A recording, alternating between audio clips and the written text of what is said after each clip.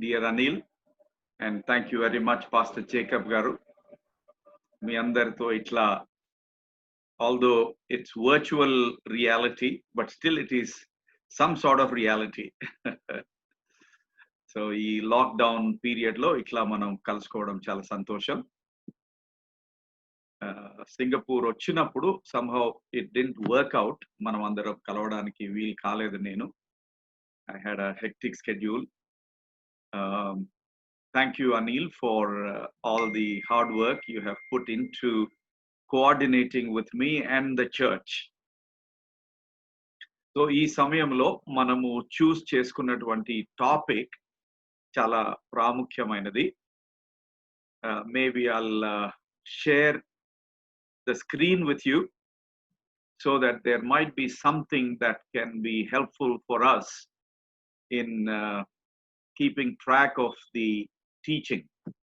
ఇది చాలా solid teaching session కాబట్టి ఇది మనం కొంచెము కేర్ఫుల్ గా ఆలోచిస్తూ ఫాలో అయితే కూడా మంచిది అని నేను ఫీల్ అవుతున్నాను.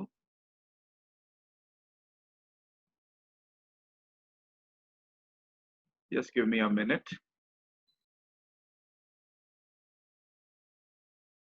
Okay, are you all able to see the screen? Yes, sir. Wonderful, Pastor. Thank you for confirming. Okay. So, Nino, I want to begin here. కుటుంబాలు దేవుని విమోచన ప్రణాళికలో భాగస్వామ్యులు. బైబిల్లో మనం ఎక్కడ చూసినా సరే, from the beginning to the end, what is the most important theme in the Bible అని ఆలోచిస్తే, చాలా మీకు ఒకవేళ live face to face meeting లో మనం ఉంటే, I would have given you opportunity to respond. కానీ ఇప్పుడున్న కొన్ని లిమిటేషన్స్ ని బట్టి నేను ఆ పని చేయలేకపోతున్నాను. బట్ దేవుని వాక్యములో, బైబిల్లో మోస్ట్ డామినెంట్ ప్రామినెంట్ థీమ్ ఏమిటి అని అడిగితే ఎన్నో రకాల సమాధానాలు ఇవ్వచ్చు. కానీ the most important theme and subject is విమోచన, రిడెంప్షన్. ఇది ఎట్లా నేను చెప్పగలను అని అంటే, బైబిల్ని స్థూలంగా పరిశీలించి చూస్తే, జెనసిస్ 1 and 2 చాప్టర్స్ చూస్తే క్రియేషన్ అకౌంట్ మనకు కనిపిస్తుంది. ఆ తరువాత చాప్టర్ 3 ఫస్ట్ హాఫ్ చూస్తే మానవుల పతనం కనిపిస్తుంది. ఇక అప్పటి నుంచి మిడిల్ ఆఫ్ చాప్టర్ 3 జెనసిస్ నుంచి, yes please, Brother Suresh, you have something to say?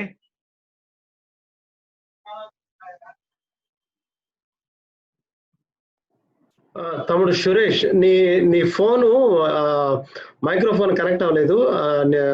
నీ ఫోన్ మ్యూట్ లో పెట్టమ్మా సురేష్.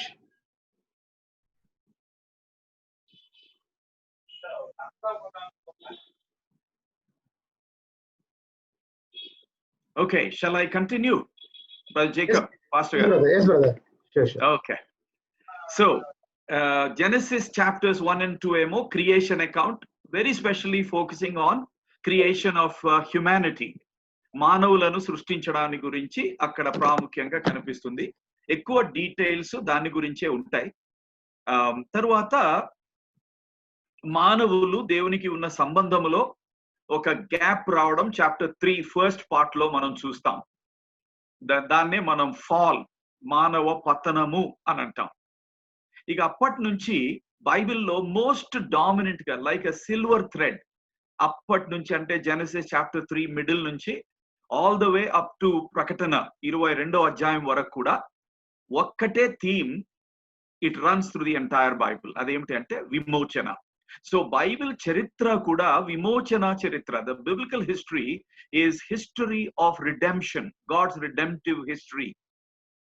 దేవుడు పతనమైనటువంటి మానవ జాతిని విమోచించడం ఎలా చేశారు, ఎలా ప్రణాళిక వేశారు, ఆ ప్రణాళికను ఎలా step by step, generation after generation, age after age ఎలా దాన్ని అడ్వాన్స్ చేశారు, చివరిగా దాన్ని ఎట్లా ఫుల్ఫిల్ చేశారు జీసస్ క్రైస్ట్ కమింగ్ తో, తర్వాత మరలా జీసస్ క్రైస్ట్ సెకండ్ కమింగ్ తో దాన్ని పరిపూర్ణంగా ఎలా ఫుల్ఫిల్ చేస్తారు అనేది కనిపిస్తుంది. So the one theme that dominates the entire Bible is the theme of redemption. విమోచన ప్రణాళిక, దాని యొక్క నెరవేర్పు. తర్వాత మరొకటి అక్కడ కనిపిస్తుంది ఏమిటి అనంటే, విమోచనలో దేవుడు కుటుంబాలకు చాలా అగ్రస్థానాన్ని, కేంద్రస్థానాన్ని ఇచ్చారు.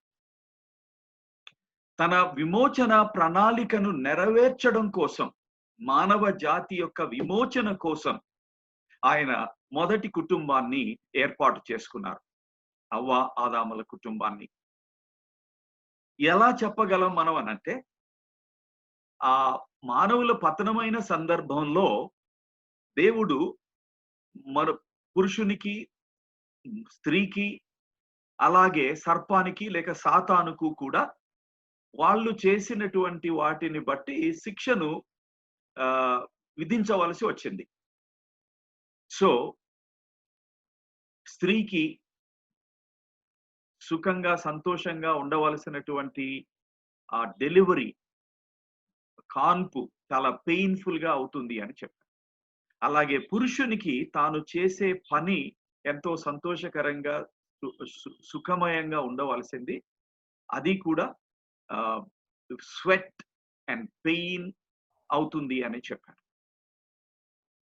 ఆ తరువాత పురుషుల మానవ జాతికి ప్రకృతికి మధ్య వైరుధ్యం ఏర్పడుతుంది అని చెప్పారు. తర్వాత సాతానుతో ఏం చెప్పారు అని అంటే, of course you will crawl on your belly, అవన్నీ తర్వాత. మరి ముఖ్యంగా Genesis chapter 3 verse number 14 and 15 మనం కలిసి చదివితే అక్కడ ఏముంటుందని అంటే, the seed of the woman shall crush your head and you will strike the heel of the seed of the woman. So అక్కడ సాతానుని తల చితుక కొట్టడానికి స్త్రీ సంతానము అవసరం అని దేవుడు వాగ్దానం చేశారు. ఆ వాగ్దానములోనే తన ప్రణాళిక కూడా కనిపిస్తుంది.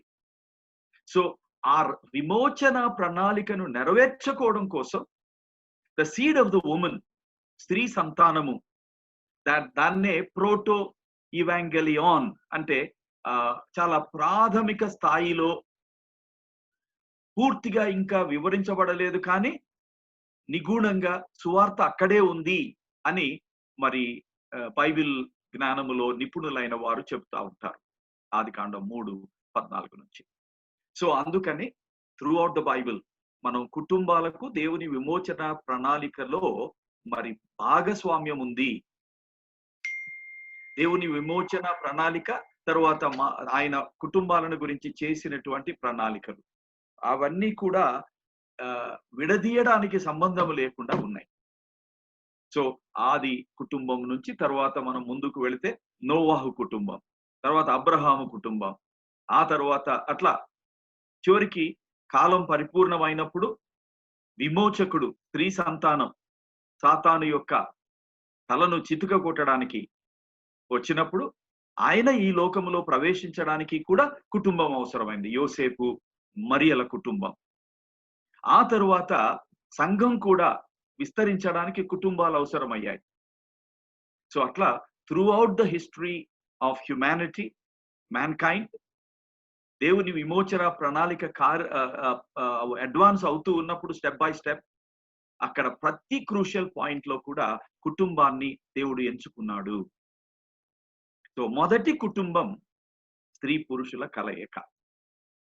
సో వాళ్ళ నుంచి స్త్రీ సంతానం రావడం, అది జరగడానికి నోవాహు కుటుంబం, అబ్రహాము కుటుంబం, తర్వాత దావీదు, సో అట్లా బోయజు అంతకు ముందు, సో ఇట్లా అన్ని కుటుంబాలను దేవుడు ఏర్పాటు చేసుకున్నట్లు మనం చూస్తున్నాం. సో దీన్ని మనం బ్యాక్ డ్రాప్ గా ఉంచుకొని how important a family is from God's perspective and how important humanity is in God's sight for the redemption of humanity. So మానవ జాతి విమోచనలో మానవులకు దేవుడు ఎంత కేంద్ర స్థానాన్ని ఇచ్చాడు, మానవత్వానికి ఎంత కేంద్ర స్థానం ఇచ్చాడు అనేది గుర్తుపెట్టుకొని మనం ఈ థీమ్ లోనికి వెళదాం. Biblical theology of man or humanhood or human kind. Man kind అనే బదులు ఇప్పుడు జెండర్ సెన్సిటివ్ గా హ్యూమన్ కైండ్ అని అంటే మంచిది అని మాకు రీసెర్చ్ లో రేటింగ్ లో చెప్తా ఉంటారు. సో అందుకనే నేను biblical theology of manhood or man kind అనే బదులు biblical theology of human kind or humanhood అని అంటున్నాను.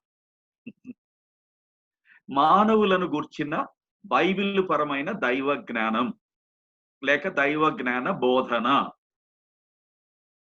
ఓకే, సో స్త్రీ మరియు పురుషుని గురించిన దైవ జ్ఞాన బోధ అని కూడా అనొచ్చు దీన్నే. ఎందుకు ఇలా మనం అంటున్నాము అని అంటే, బిబ్లికల్ స్త్రీ మరియు పురుషుని గురించిన దైవ జ్ఞాన బోధ అని ఎందుకు అంటున్నాము అని అంటే, ఒక ఫేమస్ జర్మన్ థియోలోజియన్ అన్నట్లు కార్ల్ బార్త్ చర్చ్ డాగ్మాటిక్స్ అనే బుక్స్ సిరీస్ రాశారు ఆయన. అందులో ఏమంటున్నారు అని అంటే, మ్యాన్ లేక humans never exist are man never exist as such but always as human male or human female అని అన్నారు. ఇదే చాలా ప్రొఫౌండ్ స్టేట్మెంట్, థియలాజికల్ సిగ్నిఫికెన్స్ కలిగినటువంటి స్టేట్మెంట్. దాన్ని తెలుగులో కూడా అనువాదం చేసి పెట్టా నేను. మానవుడు ఎప్పుడు మానవునిగా ఉనికిలో లేడు, స్త్రీగా లేక పురుషునిగా మాత్రమే ఉనికిలో ఉన్నాడు. Karl Barth church dogmatics.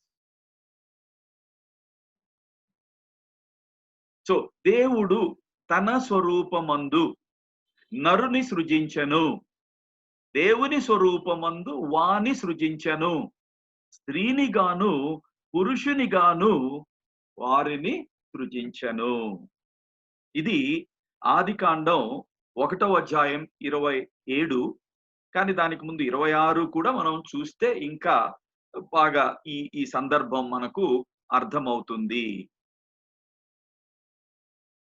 So ఈ విషయాన్ని గురించి మనం చాలా సీరియస్ గా ఆలోచిస్తే అర్థమవుతున్నది ఏమిటి అని అంటే, ఈ సందర్భములో దేవుడు మాట్లాడుతున్నది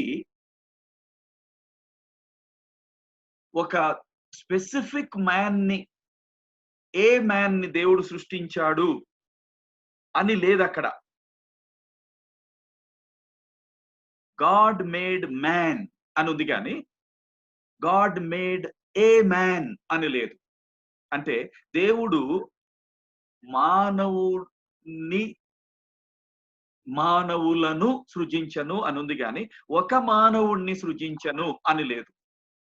అంటే మానవుల సృష్టిని గురించి, ఆరిజిన్ ఆఫ్ హ్యుమానిటీని గురించి దేవుని వాక్యములో మొట్టమొదటిసారిగా ఉన్న భాగంలో మనకి ఏమర్థమవుతుంది అనంటే, దేవుడు ఆదామును సృష్టించినప్పుడు కేవలం ఆదాముని ఒక మనిషిగా సృష్టించడానికి ప్రణాళిక వేసినట్లు లేదు, మానవ జాతిని సృష్టించడానికి ప్రణాళిక వేసినట్లు ఉంది. అందుకనే కొంచెం కేర్ఫుల్ గా చదవాలి. సో దేవుడు తన స్వరూపమందు నరుని సృజించను, దేవుని స్వరూపమందు వాని సృజించను, స్త్రీని గాను పురుషుని గాను వారిని సృజించను. సో మనుష్యులను సృష్టించే ప్రణాళికలో ప్రప్రథమంగానే స్త్రీని గాను పురుషుని గాను వారిని సృజించను అని ఉంటుంది. సో అంటే స్త్రీలను గురించిన ఆలోచన ఏదో ద్వితీయ స్థాయిలో సెకండరీగా వచ్చింది కాదు. మానవ జాతిని సృజించాలి అనుకున్నప్పుడే స్త్రీని గాను పురుషుని గాను సృజించడానికి దేవుడు ఆలోచించారు. ఈ విషయాన్ని మనం చాలా స్పష్టం చేయాల్సిన అవసరం ఉంది. ఎందుకు అనంటే, సోషలాజికల్ గా, సాంఘిక పరంగా సమాజాల్లో దీని గురించి రకరకాల భిన్నమైన అభిప్రాయాలు వచ్చేసాయి. సత్యదూరమైనటువంటి ఆలోచన సరళి కూడా వచ్చేసింది. సో ఈ విధంగా దేవుడు మానవులను సృష్టించడం జరుగుతుంది. దేవుని స్వరూపమందు, దేవుని పోలిక చొప్పున. సో దీన్ని బట్టి మనకు సృష్టికర్త అయిన దేవుని యొక్క ప్రణాళికలో జెండర్ అనేది ఎంత ప్రాముఖ్యమైనదో అర్థమవుతుంది.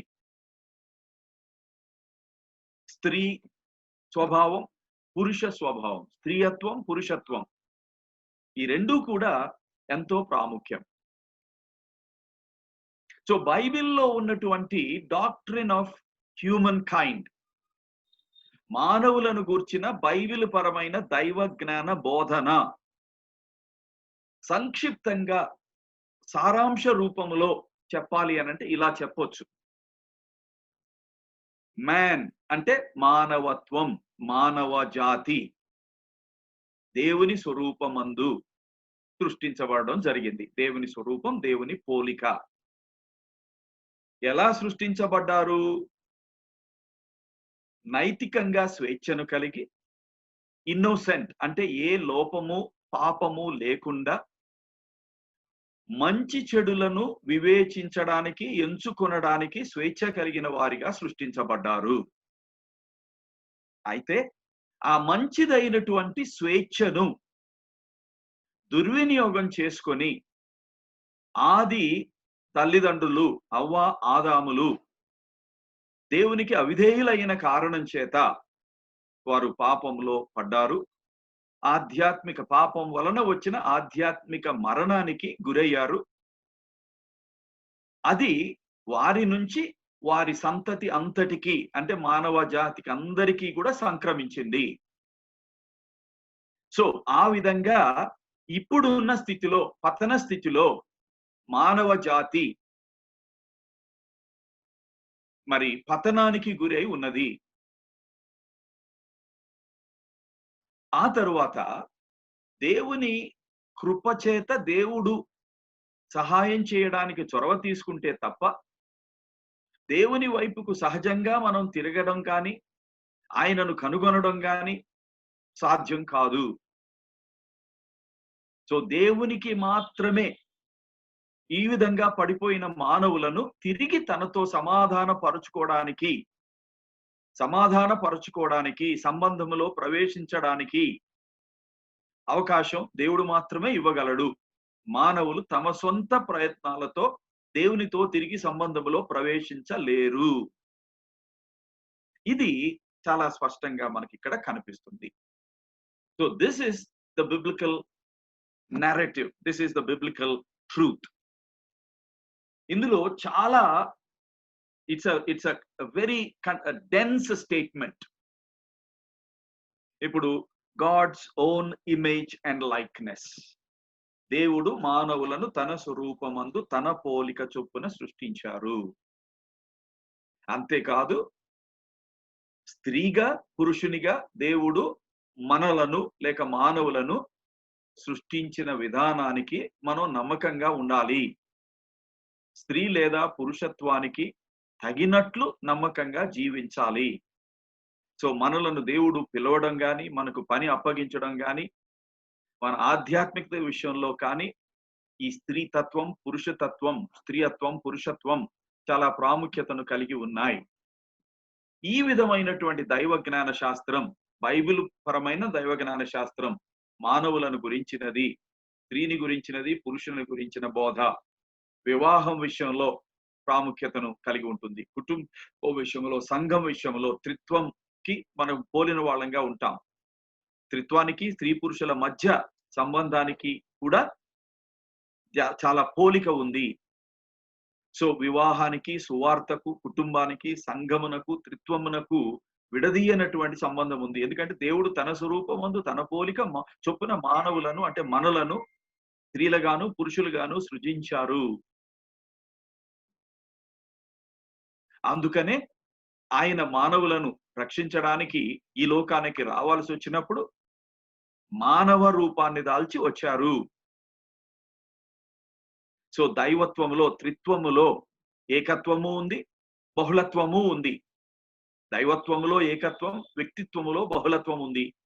సో ఒక్క దేవుడు అయినప్పటికీ ఆ ఒకే దైవత్వాన్ని తండ్రి, కుమార, పరిశుద్ధాత్మలు ముగ్గురు దైవ వ్యక్తులు సమానంగా నిత్యత్వములో పంచుకొని ఉన్నారు.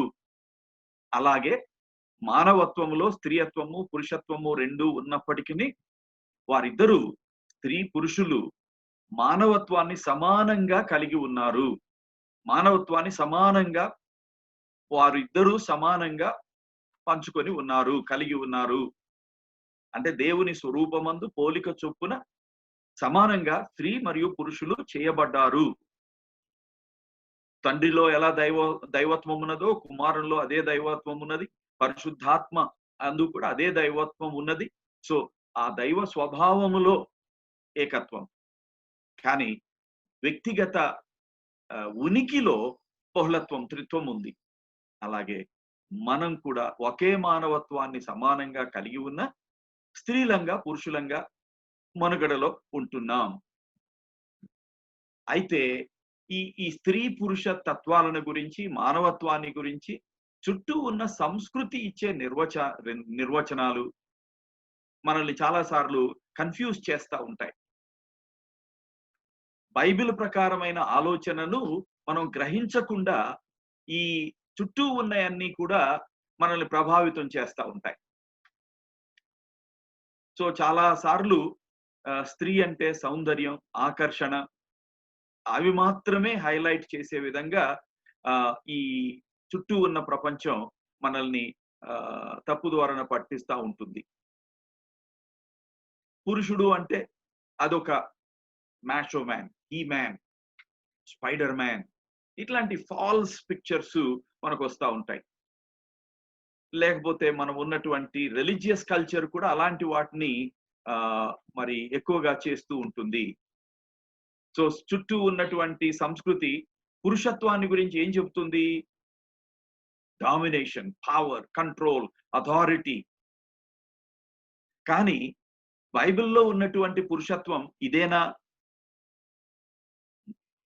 అని ఆలోచిస్తే నో అని చెప్పక తప్పదు. Jesus Christ is the perfect example of manhood, humanhood and manhood both. So అసలైన సిసలైన ఒరిజినల్ వాక్యానుసారమైన దేవుని ప్రణాళికకు అనుగుణంగా ఉండే మానవత్వం, పురుషత్వం మన క్రీస్తులో కనిపిస్తుంది, దేవుని వాక్యములో కనిపిస్తుంది. సో వివాహము సువార్తకు సాదృశ్యం, కుటుంబము త్రిత్వంతో పోల్చబడింది. సువార్త సౌందర్యాన్ని భార్యాభర్తలుగా జీవించడం ద్వారా దేవుని ప్రణాళిక చొప్పున మరి త్రిత్వం పోలికను కుటుంబంగా మనం జీవించడం, ఆ విధంగా త్రిత్వములో ఉన్నటువంటి ఏకత్వంలో భిన్నత్వాన్ని, భిన్నత్వంలో ఏకత్వాన్ని మనం ప్రతిబింబించడం చేయడం, అది మన కుటుంబ జీవితం యొక్క కర్తవ్యం అని బైబిల్లో మనకి చాలా స్పష్టంగా కనిపిస్తుంది.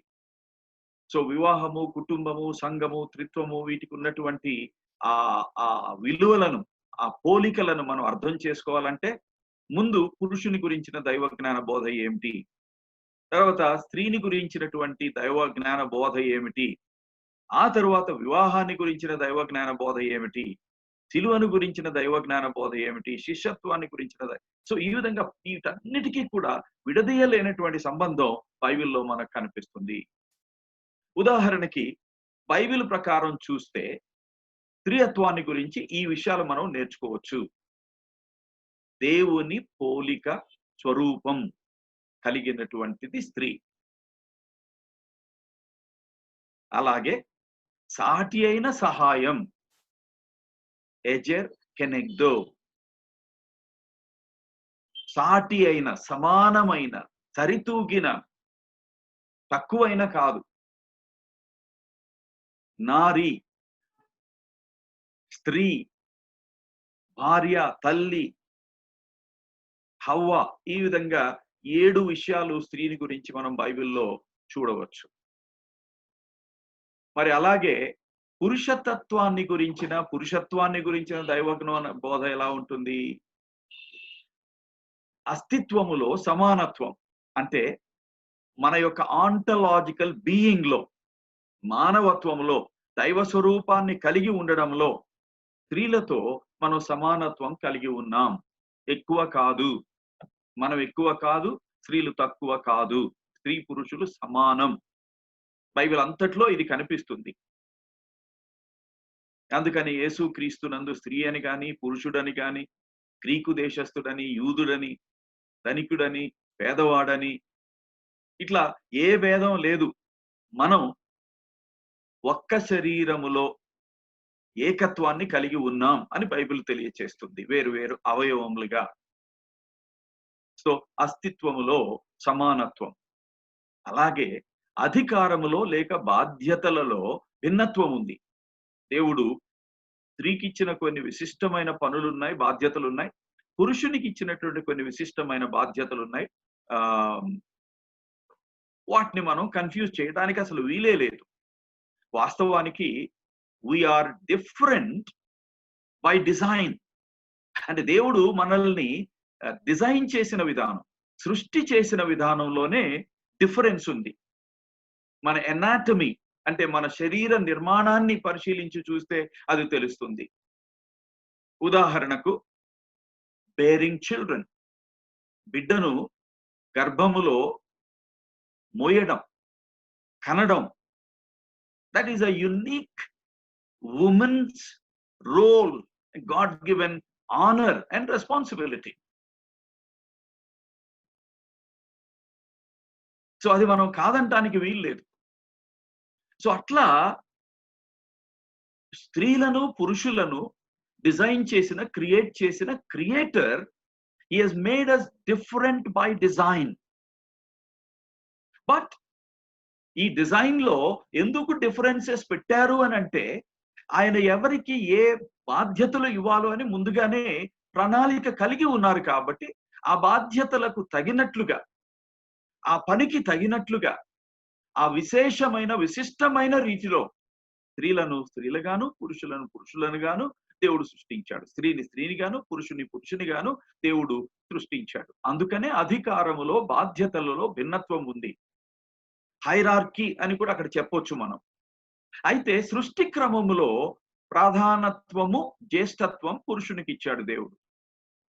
ఎందుకు అనంటే నాయకత్వపు బాధ్యత దేవుడు పురుషునికి ఇవ్వడానికి నిర్ణయించుకున్నారు కాబట్టి. అయితే చాలా మంది ఏమంటారంటే, పురుషునికి ఎందుకు ఇచ్చాడు దేవుడు, స్త్రీకి ఎందుకు ఇవ్వలేదు అని అంటారు. It's a very catchy situation. ఒకవేళ దేవుడు స్త్రీకి ఇచ్చి ఉంటే స్త్రీకి ఎందుకు ఇచ్చాడు, పురుషుడికి ఎందుకు ఇవ్వలేదు? సో ఈ ప్రశ్న ఎప్పటికీ పోదు. కాబట్టి దేవుడు సృష్టించిన వాడు సార్వభౌముడు, అధికారం కలిగిన వాడు కాబట్టి, సో ఆయన ఏదో ఒకటి ఈ రెండు జెండర్స్ లో ఒక జెండర్ ని చూస్ చేసుకోవాల్సి వచ్చింది. ఆయన మేల్ జెండర్ ని చూస్ చేసుకున్నారు. ఎందుకు? Males superior and females inferior కాదు. అస్తిత్వంలో, ఆంటాలజీలో, మన బీయింగ్ లో సమానమే కాబట్టి, సమానమైన స్త్రీ పురుషుల మధ్య ఎవరికో ఒకరికి నాయకత్వపు బాధ్యత అప్పగించవలసి ఉంది కాబట్టి దేవుడు he had to make a choice, so he made a choice. ఆ చాయిస్ ప్రకారమే సృష్టి క్రమంలో పురుషుడిని ముందు సృష్టించడం కూడా జరిగింది. అలాగే పురుష శరీరానికి ఇచ్చిన ఆకృతి, అమరిక, ఆ కొన్ని విశిష్టమైన క్వాలిటీస్, అలాగే స్త్రీ శరీరానికి ఇచ్చిన అమరిక, అందులో ఉన్నటువంటి భాగాలు, అవన్నీ కూడా ఆ క్రమములోనే దేవుడు డిఫరెంట్ గా డిజైన్ చేశారు. సో సృష్టి క్రమంలో ప్రధానత్వము, జ్యేష్ఠత్వము ఇచ్చింది నాయకత్వం కోసం అనేది మనకు కుటుంబములో కనిపిస్తుంది. కుటుంబములో నాయకత్వం ఇచ్చారు పురుషునికి.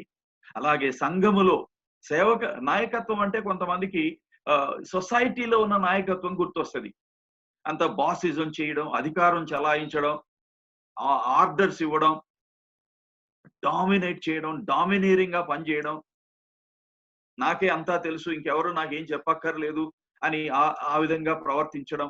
సో ఎందుకంటే సొసైటీలో ఈ నాయకత్వం అలా కరప్ట్ అయిపోయింది. సో సొసైటీలో ఉన్న నాయకత్వపు నిర్వచనాన్ని తీసుకొచ్చి, సో నాయకత్వం అంటే ఇది కాబట్టి ఇలాంటిది మంచిది కాదు, కాబట్టి దేవుడు నాయకులుగా చేసి ఉండడానికి వీలు లేదు అని కొంతమంది వాదిస్తూ ఉంటారు. కానీ అది వాక్యానుసారమైన ఆలోచన సరళి కాదు. సో కుటుంబములో నాయకత్వం, సంఘములో నాయకత్వం అన్నప్పుడు అది సేవక నాయకత్వం అనేది మనం గుర్తు చేసుకోవాలి. Servant leadership. అండ్ దీనికి కూడా మనకు పర్ఫెక్ట్ ఎగ్జాంపుల్ జీసస్ క్రైస్ట్. ఆయన అందరికంటే శ్రేష్టమైన వాడు, అందరికంటే హైయెస్ట్ ఆనర్ అండ్ గ్లోరీ కలిగిన వాడు. ఆయన దేవుడే మానవత్వాన్ని ధరించి మానవ లోకంలోనికి మానవుడిగా దాసుని స్వరూపాన్ని పోలి వచ్చినవాడు. కానీ మరి యోహాను సువార్త 13వ అధ్యాయంలో మనం చూస్తాం, వాళ్ళందరూ అప్పర్ రూమ్ లో గ్యాదర్ అవుతారు లాస్ట్ సప్పర్ కోసం, పాస్కా మీల్ కోసం. అలా బయట నుంచి వచ్చినప్పుడు కాళ్ళు కడుక్కోవడం వాళ్ళకి సహజం. మన చిన్నప్పుడు కూడా గ్రామాల్లో, విలేజెస్ లో అది ఉండేది. I experienced it growing up in villages and small towns.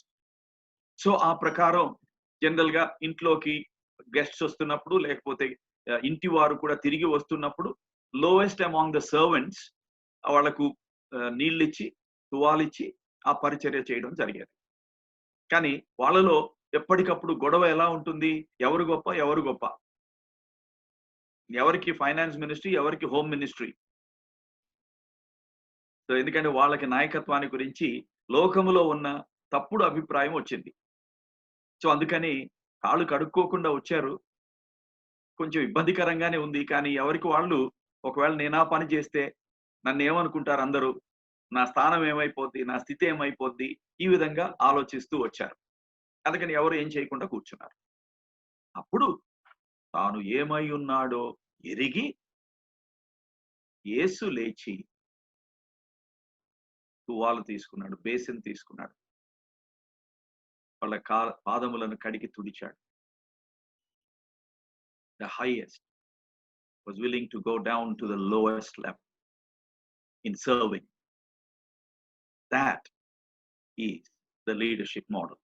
అందుకే అంతకు ముందే తన శిష్యులకు బోధించారు, బయట ప్రపంచంలో ఉన్న నాయకుల వలె మీరు అధికారం చలాయిస్తూ బాసిజం చేస్తూ అథారిటేరియన్ గా ప్రవర్తించకూడదు.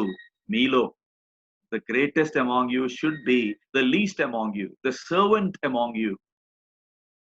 అండ్ అది ఆయన చేసి చూపించి, ఇది నేను మీకు చేశాను కాబట్టి మీరు కూడా ఒకరికి ఒకరు చేయండి అని చెప్తారు. So that is the model of leadership. So ఈ విధంగా మనం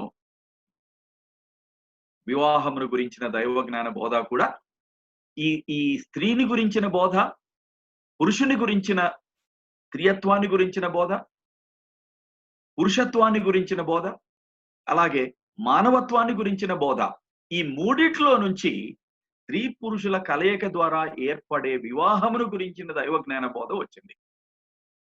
ఆదికాండం 2వ అధ్యాయం 15 నుంచి 25 వరకు మనం చదివితే ఈ విషయాలు మనకు బయటపడతాయి. పురుషునికి వివాహం చేసుకోవడానికి మొట్టమొదటి అర్హత, యోగ్యత ఏమిటి అనంటే పని, బాధ్యత, నాయకత్వం. అవి చేపట్టడానికి సిద్ధంగా ఉన్నవాడే పెళ్లి చేసుకోవడానికి, భార్యను కలిగి ఉండడానికి యోగ్యుడు, అర్హుడు. పని చేయడం చేత కాకపోతే, బాధ్యత వహించడం చేత కాకపోతే, నాయకత్వం వహించడం చేత కాకపోతే మ్యారేజ్ కి సిద్ధపడినట్లు కాదు. సో బిబ్లికల్ టీచింగ్ ప్రకారం to be a man means to be able to work, to be able to take responsibility, to be able to lead. A man qualifies himself for marriage only when he learns to work, only when he learns to take responsibility, only when he learns to take leadership. అందుకని మనుషుని సృష్టించిన వెంటనే దేవుడు మొట్టమొదటిగా చేసిన పని ఏంటంటే, ఏదేను వనములో పెట్టి దీన్ని కాయి, take care of it, guard it, and then of course till it and enjoy the fruit thereof. And then of course higher responsibility ఇస్తారు. అక్కడున్న జంతువులకన్నిటికీ పేర్లు పెట్టమని. ఆ తరువాతనే మూడవది ఇంకా higher and highest of all responsibilities, భార్యను కలిగి ఉండడం అనేది ఇస్తారు. So there's a progression, there's a preparation. ఆ తరువాత పురుషునికి సహచరత్వం, కంపానియన్షిప్ ఆవశ్యకత ఉంది అని దేవుడు చూడటమే కాదు, పురుషుడు కూడా గుర్తించేటట్లు చేశాడు. ఎందుకంటే పేర్లు పెట్టమన్నప్పుడు జంతువులన్నీ జంటలు జంటలుగా వచ్చాయి. మరి నేను ఒక్కడనే ఉన్నానేమిటి అని తను మరొకసారి ఆలోచించుకోవాల్సి వచ్చింది. అది దేవుడు గుర్తించి ముందు తను గుర్తించేటట్లు చేశాడు. I need a help that is meet. అందుకని ఆయనకు సహచారి, సాటి అయిన సహాయముగా స్త్రీని ఇచ్చాడు, భార్యను ఇచ్చాడు. సో ఈ విషయాలు మనం చాలా సీరియస్ గా తీసుకోవాలి. ఇలా ఉంటేనే హ్యాపీనెస్ ఉంటుంది, జాయ్ ఉంటుంది ఫ్యామిలీస్ లో, గాడ్స్ పర్పసెస్ ఫుల్ఫిల్ అవుతాయి. ఆ తరువాత ఆ తయారు చేసిన సమానమైనటువంటి స్త్రీని పొందాలి అని అంటే ముందు విడిచిపెట్టడం అనేది చేయాలి. విడిచిపెట్టకపోతే హత్తుకొనడం జరగదు. ఆ విడిచిపెట్టడం, హత్తుకొనడం జరగకపోతే ఏకత్వం జరగదు. ఏకత్వం లేకపోతే దైవత్వంలో ఉన్న ఏకత్వం మనం ప్రతిబింబించలేము. తండ్రి, కుమార, పరిశుద్ధాత్మలుగా ఉన్నప్పటికీ ఏ విషయంలో చూసినా ఏకత్వమే బయటకు వస్తుంది. ఐక్యత, ఏకత్వం. ఆ విడిచిపెట్టడం, హత్తుకొనుట జరిగినప్పుడు ఏకత్వం వస్తేనే సాన్నిహిత్యం వస్తుంది. దాపరికము లేని, అరమరికలు లేని సంబంధం, transparent, not translucent or opaque, but transparent relationship. తండ్రి, కుమార, పరిశుద్ధాత్మల మధ్య ఎలాంటి ట్రాన్స్పరెంట్, ఓపెన్, ఇంటిమేట్ రిలేషన్షిప్ ఉంటుందో, వివాహంలో స్త్రీ మరియు పురుషుల మధ్య, భార్య భర్తల మధ్య అలాంటి సాన్నిహితత్వం ఉండాలి, ఇంటిమసీ ఉండాలి, ట్రాన్స్పరెంట్ రిలేషన్షిప్ ఉండాలి. So that is the ideal. నేను పరిశుద్ధుడను గనుక మీరును పరిశుద్ధులై ఉండాలి అని చెప్పినట్లు చెప్పకనే నేను త్రియేక దేవుడను అయినట్లుగా, త్రిత్వములో ఏకత్వం, ఏకత్వములో త్రిత్వం నాలో ఉన్నట్లుగా మీలో కూడా స్త్రీయత్వం, పురుషత్వం ఉన్నప్పటికీ ఏకత్వం, దైవత్వంలో ఉన్న ఏకత్వమును పోలే ఏకత్వం కలిగి ఉండే దిశలో మీరు ప్రయాణం చేయాలి అని చెప్పాడు. సో ఈ విధంగా ఈ హ్యుమానిటీ, మానవత్వాన్ని గురించిన దైవజ్ఞాన శాస్త్రం, దైవజ్ఞాన బోధ వాక్యానుసారమైనది, చాలా గంభీరమైనది, చాలా అత్యుత్తమమైనది. ఇలాంటిది ఇంకెక్కడా మనకు కనిపించదు. ఏ తత్వములో కానీ, ఫిలాసఫీలో కానీ, ఏ రిలిజియన్ మతములో కానీ, ఏ రిలీజియస్ లిటరేచర్ లో కానీ కనిపించదు. సో స్త్రీ పురుషుల సంబంధం ఎలా ఉంటుంది? స్త్రీయత్వం, పురుషత్వం, మానవత్వంలో రెండు యాంగిల్స్ పెట్టి దేవుడు ఒరిజినల్ గానే మానవులను డిజైన్ చేసి క్రియేట్ చేయడంలో ఉన్నటువంటి ఆ కాంప్లిమెంటారిటీ, అంటే ఒకరికి ఒకరు సాటి అయిన సహాయం. సాటి అయిన అనేది చాలా మందికి అర్థం కాదు. ఈ రైట్ హ్యాండ్ లెఫ్ట్ హ్యాండ్ తీసుకొస్తే ఎలా ఉంటుందో, this is compatible with this, suitable, compatible. So అలా స్త్రీకి పురుషుడు, పురుషునికి స్త్రీ ఉండాలి అనేది దేవుని యొక్క ఏర్పాటు. సో ఈ సంబంధములో man is a representative ruler, ప్రాతినిధ్యం వహించే పరిపాలకుడు. అంటే దేవుని పక్షమున స్త్రీ పురుషులు ఇద్దరు పరిపాలకులుగా ఉండాలి. You shall rule the earth, పరిపాలన చెయ్యాలి, కాపాడాలి, కాయాలి, and then take care of it. So అది ఇద్దరికి చెప్పిన పని. బట్ అందులో రిప్రజెంటేటివ్ రూలర్స్ గా ఉండడంలో లీడ్ రోల్ మనిషికి, పురుషునికి దేవుడు ఇచ్చాడు. ఇమేజ్ అని అనడంలో ఉన్న అర్థం కూడా అదే. ఏన్షియంట్ నియర్ ఈస్టర్న్ కల్చర్ లో ఒక రాజు లేకపోతే ఒక చక్రవర్తి ఒక రీజియన్ ని జయించినప్పుడు ఆ చక్రవర్తి యొక్క ఇమేజ్ ని, స్కల్ప్చర్ ని పెడతారు అక్కడ. సో ఎందుకు పెడతారు అని అంటే, ఈ రాజు ఇక్కడ పరిపాలన చేస్తున్నాడు అని చూసిన వాళ్ళందరికీ తెలియాలని. అలాగే మనుష్యులను దేవుడు సృష్టించి ఏదైనా వనంలో పెట్టాడు యాజ్ ఇమేజ్ బేరర్స్, అంటే దేవుని ఇమేజ్ బేరర్స్ గా అక్కడ పెట్టాడు అని అంటే, వారి ద్వారా దేవుని పరిపాలన అక్కడ జరుగుతుంది అనే దానికి వాళ్ళు గుర్తులుగా ఉండేటట్లు దేవుడు పెట్టాడు. అందుకనే బిబ్లికల్ థియాలజీ ఆఫ్ మ్యాన్హుడ్ లో ఏముంటుంది అని అంటే, బైబిల్ మొత్తం చదివితే మనకి ఏమర్థం చేసుకోవాలి అని అంటే చేసుకోగలము అని అంటే, humans are the most God like creatures. అంటే దేవుడు చేసిన సృష్టి అంతటిలో, జీవులన్నిటిలో మనుష్యులు దేవుణ్ణి అత్యున్నత స్థాయిలో పోలిన వారు. So humans are the most God like creatures. అలాగే ఇంకొక అద్భుతమైన విషయాన్ని బైబిల్లో నుంచి మనం మానవత్వాన్ని గురించి, హ్యుమానిటీని గురించి, స్త్రీ పురుషులను గురించి తెలుసుకోగలం. అదేమిటి అని అంటే, humans are the vice regents of God. అంటే దేవుని పక్షమున పరిపాలన చేసే rulers. Man, what an awesome responsibility. చక్రవర్తి క్రింద ఉపచక్రవర్తి ఎలా ఉంటాడో, vice regent. And that's the role that God has given to humanity. ఎందుకంటే వారిని దానికి తగినట్లుగా హిజ్ ఇమేజ్ బేరర్స్ గా, ఇంకా ఏ క్రీచర్ కి, ఇంకా సృష్టిలో ఆయన సృష్టించినటువంటి ఏంజల్స్ కానీ, ఇంకా వేరే జీవులకు కానీ ఈ ఇమేజ్ బేరింగ్ యునిక్ ఐడెంటిటీ లేదు. దైవ స్వరూపాన్ని, దైవ పోలికను కలిగినటువంటి ఆ ఉన్నతమైన స్థితి ఇంకా ఏ జీవికి, ఏ సృష్టానికి లేదు. We are unique in that sense. The highest, the most godlike, the representative rulers of God, wise regent. ఇది చాలా మంది గుర్తించరు. అందుకనే చాలా రకరకాల కాంప్లెక్సెస్ తో సఫర్ అవుతుంటారు. అలాగే స్త్రీ పురుషులు సమానం అనేది గుర్తించరు.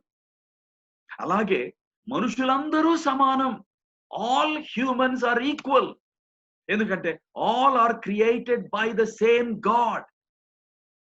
ఆ ఒక్క దేవుడే అందరినీ తన స్వరూపమందు, తన పోలిక చొప్పున, అదే మానవత్వంతో, one humanity, one human nature, ఒక మానవ నైజాన్ని మనందరిలో ఉంచాడు. So Bible is unique in affirming the equality of all humans. అందుకనే ఒకే హ్యూమన్ రేస్ ఉంది. అందుకనే racism, casteism biblical theology of హ్యుమానిటీకి వ్యతిరేకం. ఇవన్నీ మానవులు సృష్టించుకున్నవి, సాతానుడు ప్రలోభించి కలిగించినవి,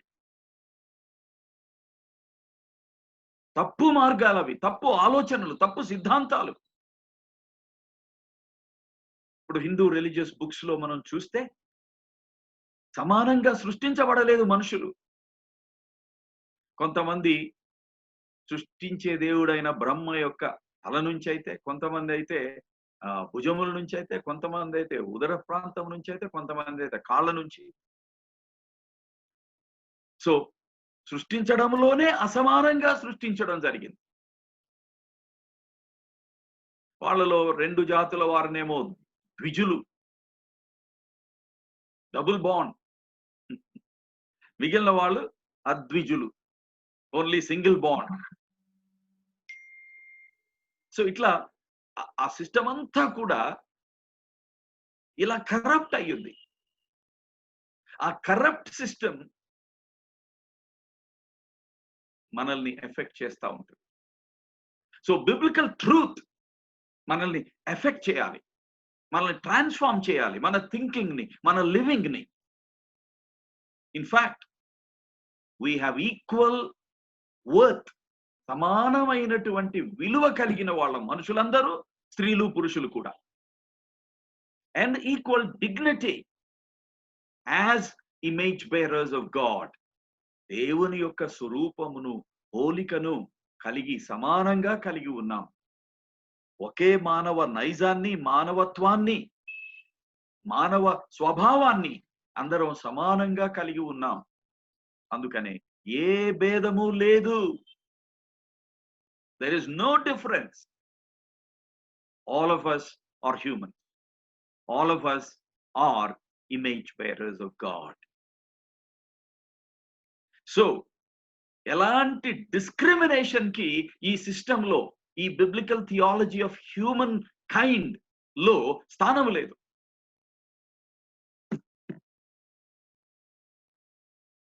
So man as representative ruler, ప్రాతినిధ్య పరిపాలకులం మనం. So inferiority, superiority, they have no place here. న్యూనతా భావం ఉండకూడదు అసలు. సో మనం ఎవరిమైనా ఇంకొకరితో ధైర్యంగా వాక్యానుసారంగా చెప్పొచ్చు. హమ్ కిసీ సే కమ్ నహీ హై, బిల్కుల్ నహీ హై. నేను, మేము ఎవరికంటే తక్కువ కాదు. అది ప్రతి ఒక్కరూ చెప్పొచ్చు వాక్యానుసారంగా. అలాగే స్త్రీలు పురుషులతో కూడా చెప్పొచ్చు. హమ్ కిసీ సే కమ్ నహీ హై, హమ్ పురుషోం సే బిల్కుల్ కమ్ నహీ హై. ఈ మాట కొన్ని ప్రాంతాల్లో చెబితే దే ఫీల్ సో లిబరేటెడ్. ఎందుకంటే వాళ్ళ బ్యాక్గ్రౌండ్ లో, వాళ్ళ కుటుంబ వ్యవస్థలో, వాళ్ళ మత వ్యవస్థలో అసలు ఈ మాటలు పలకటానికే అవకాశం ఉండదు.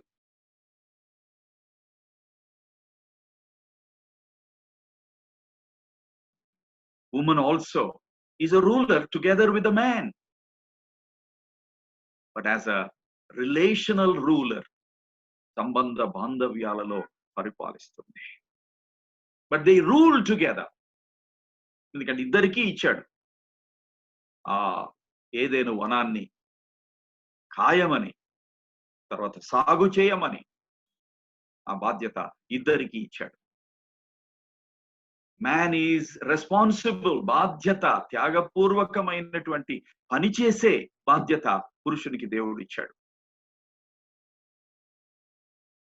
సాటి అయిన సహాయంగా పురుషునితో కలిసి లోబడి పనిచేసే వ్యక్తిగా. ఎందుకంటే one leader should be there. ఇప్పుడు ఒక 10 ఐటీ ప్రొఫెషనల్స్ ఉన్నారనుకోండి, వాళ్ళు ఒక ప్రాజెక్ట్ మీద పనిచేసేటప్పుడు ఒక లీడ్ పర్సన్ ఉండాలి. ఎందుకంటే మనకు తెలుసు మేనేజ్మెంట్ దాని ప్రకారం everybody's job is nobody's job. So అందులో ఒకరు ఎక్కువ ఒకరు తక్కువ అని కాదు. Somebody should be given that responsibility.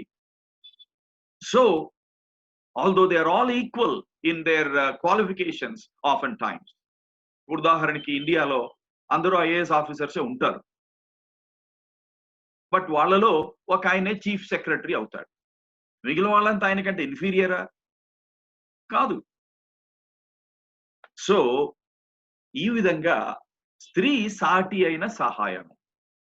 ఎందుకంటే మన కల్చర్లో మరలా సహాయము అని అంటే, సహాయపడే వాళ్ళు అని అంటే చాలా ఒక న్యూనతాభావంతో చూస్తారు, తక్కువ స్వభావంతో చూస్తారు. అది బిగ్ బ్లండర్. ఎందుకనంటే ఎలియాజర్ అనే పేరు ఎందుకు పెట్టారు? గాడ్ ఈజ్ మై హెల్పర్ అని చెప్పడానికి. దేవుడు నాకు సహాయకుడు. Is an ever present help in time of trouble. Keerthana 46:1. So ఇట్లా బైబిల్లో చాలా ఎక్కువ సార్లు దేవుడు మానవులకు, మనుషులకు సహాయకుడు అని ఉంది, హెల్పర్ అని ఉంది. అంటే దేవుడు మనకంటే తక్కువనా? Well, nonsense. No, is infinitely greater, more powerful, superior. But still he is our helper, మనకు సహాయకుడు. అందుకనే చాలా సార్లు పురుషులు స్త్రీలు గ్రహించని విషయం ఏంటంటే, it's a very high position that a woman has according to the Bible, a help that is meet. What God is to all humans, దేవుడు మనుషులందరికీ ఏమై ఉన్నాడో స్త్రీ తన పురుషునికి అదే అయ్యుంది. Man, incredible position, very high position. సాటి అయిన, తక్కువైన కాదు, సమానమైన. ఎందుకంటే ఆంటోలాజికల్ ఈక్వాలిటీ ఉంది, మానవత్వములో, అస్తిత్వములో ఏకత్వం ఉంది. పనిలోనే, బాధ్యతలోనే వైవిధ్యం ఉంది. వైరుధ్యం కాదు, వైవిధ్యం. సో అసాటి అయిన సహాయం అనే మాట యుద్ధ రంగంలో కూడా వాడబడేది. అంటే a fellow fighter అని. సో సాతానుని యొక్క పన్నాగాలకు వ్యతిరేకంగా పోరాడడంలో స్త్రీ పురుషులు బాధ్యత కలిగి ఉన్నారు. సాటి అయిన సహాయముగా, సాటి అయిన పోరాటములో కలిసి పోరాడే వ్యక్తిగా, పరిపాలనలో కలిసి పరిపాలన చేసే వ్యక్తిగా. So man is a representative truth teller, ప్రాతినిధ్యం వహించు సత్యం చెప్పే వ్యక్తి. ఇలా ఎందుకు అంటున్నాం? మీరు ఇలా చేయాలి, ఇలా చేయాలి, ఇలా చేయకూడదు అనే విషయాలు దేవుడు ప్రణాళిక ప్రకారం ముందుగా సృష్టించిన పురుషునికి చెప్పారు, కానీ వాళ్ళిద్దరికీ చెప్పినట్లు లేదు. సో దానిలో ఇంప్లికేషన్ ఏంటంటే, పురుషునికి లీడర్షిప్ రెస్పాన్సిబిలిటీ ఇచ్చారు కాబట్టి స్త్రీని సృష్టించడానికి ముందే పురుషునికి బాధ్యత ఇచ్చి ఏదేను వనములో పెట్టి, తర్వాత జంతువులకు పేర్లు పెట్టమని, తరువాత స్త్రీని ఇచ్చాడు. ఆ స్త్రీకి కూడా తనకు దేవుడు చెప్పినటువంటి ఆ కల్చరల్ మ్యాండేట్, అంటే బాధ్యతను గురించినటువంటి సత్యాలను పురుషుడు స్త్రీకి చెప్పి ఉండాలి, చెప్పాలి అనే ఎక్స్పెక్టేషన్ తో ముందు తనకు చెప్పాడు. So man is a representative truth teller on behalf of God. And once the truth is shared, then both of them, ఇద్దరు కలిసి సమాన బాధ్యత కలిగి మాట్లాడతారు,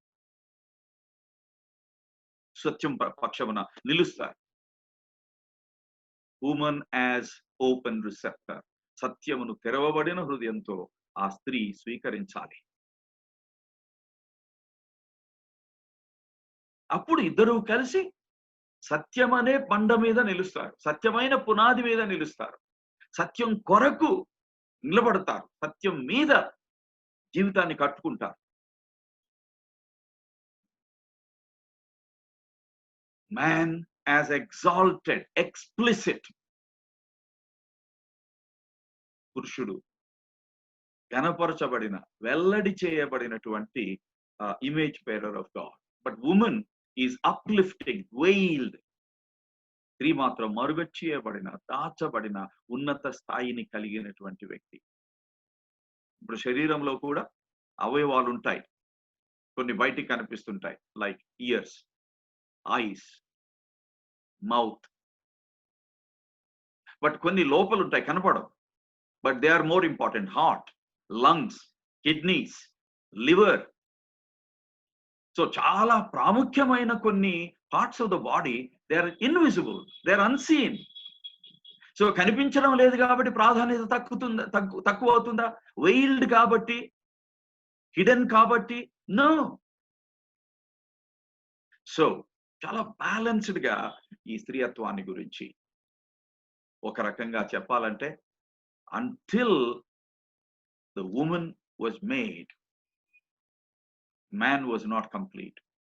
పురుషుడు అసంపూర్ణుడుగానే మిగిలి ఉంటాడు స్త్రీ యొక్క ఆ సృష్టి జరిగేంత వరకు. అందుకనే మనం చూస్తే అప్పటి వరకు దేవుడు సృష్టించిన ప్రతిదాన్ని మంచిది మంచిది మంచిది అన్నాడు. స్త్రీ పురుషులను సృష్టించినది అయిన తరువాత సమస్తాన్ని చూసి చాలా మంచిగా ఉన్నది తను చేసిన సృష్టి అని దేవుడే అంటాం మనం చూస్తాం. స్త్రీ పురుషులు ఇద్దరు కలిసి గాడ్స్ ఇమేజ్ బేరర్స్ గా ఉంటారు. So the full glory of the divine image can be exhibited by man and women together. So women is a completing help that is made, సంపూర్ణతను తీసుకొని వచ్చే వ్యక్తిగా ఉంటుంది. అలాగే మ్యాన్ ఈజ్ స్ట్రాంగ్, పురుషుడు బలానికి నిదర్శనంగా కనిపిస్తాడు, ఫిజికల్ బలానికి. ఎందుకనంటే తనకు దేవుడు అప్పగించిన కొన్ని పనులు అలాంటివి. బట్ స్త్రీ లోబడుట అనే బలాన్ని కలిగి ఉంటుంది, ఆ బ్యూటీని కలిగి ఉంటుంది, డివౌట్ సరెండర్ చేసుకునే వ్యక్తిగా.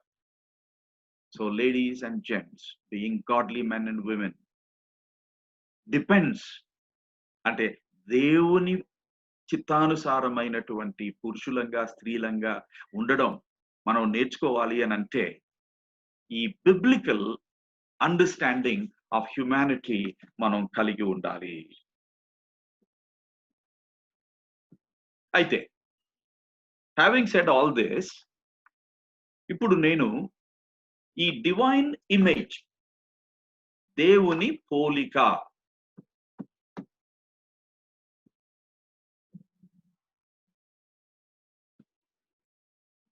డివైన్ ఇమేజ్ అంటే ఏమిటి? దేవుని స్వరూపము, దేవుని పోలిక. చాలా మంది తెలియక ఏమనుకుంటారంటే పోలిక తర్వాత స్వరూపము వేరు వేరు అని అనుకుంటారు. కానీ వాస్తవానికి బైబిల్ని కేర్ఫుల్ గా అధ్యయనం చేస్తే చాలా చోట్ల ఈ రెండు పర్యాయ పదాలుగా వాడారు. సో డివైన్ ఇమేజ్ లేకపోతే డివైన్ పోలిక రెండు ఒకే విషయాన్ని తెలియజేస్తుంది. ఎందుకంటే దేవుడు తన పోలికను మనలో పెట్టారు కాబట్టి ఆ దైవత్వం ఎలా ఉంటుంది? ఎందుకంటే దేవుడు అదృశ్యుడు, మనం చూడలేం. కానీ చూడలేని ఆయనను మనలో కొంతవరకు చూపించుకోవడానికి ఆయనలో ఉన్నటువంటి లక్షణాలను మనలోనికి పెట్టాడు ఆయన. సో అది స్త్రీలు పురుషులు సమానంగా కలిగి ఉన్నారు. So because we're like God, we're his image bearers. దేవుడు తన స్వరూపమందు మనలను సృష్టించుకున్నారు గనుక ఆయన పోలిక కలిగిన వారంగా మనం ఉన్నాం. So divine image and likeness పర్యాయ పదములుగా పదే పదే బైబిల్లో వాడబడి ఉన్నాయి.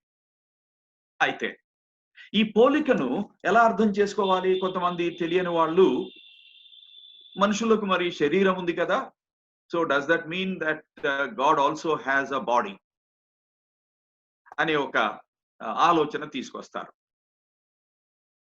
But God is a spirit అని బైబిల్ చాలా స్పష్టంగా తెలియచేస్తుంది. దేవుడు ఆత్మ గనుక ఆయనను ఆరాధించువారు ఆత్మతోనూ సత్యముతోనూ ఆరాధించాలి అని ఉంది. So it's a very clear statement.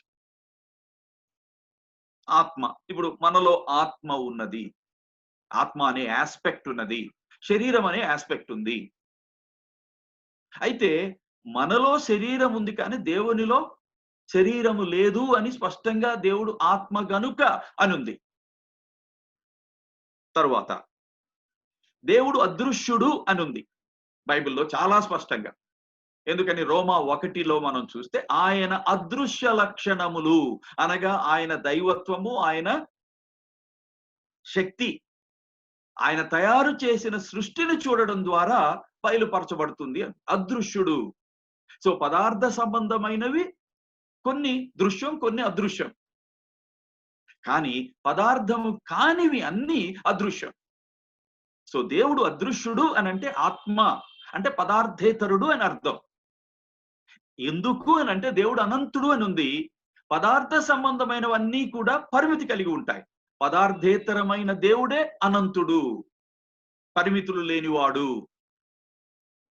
So God is immaterial, పదార్థేతరుడు, పదార్థం కాదు.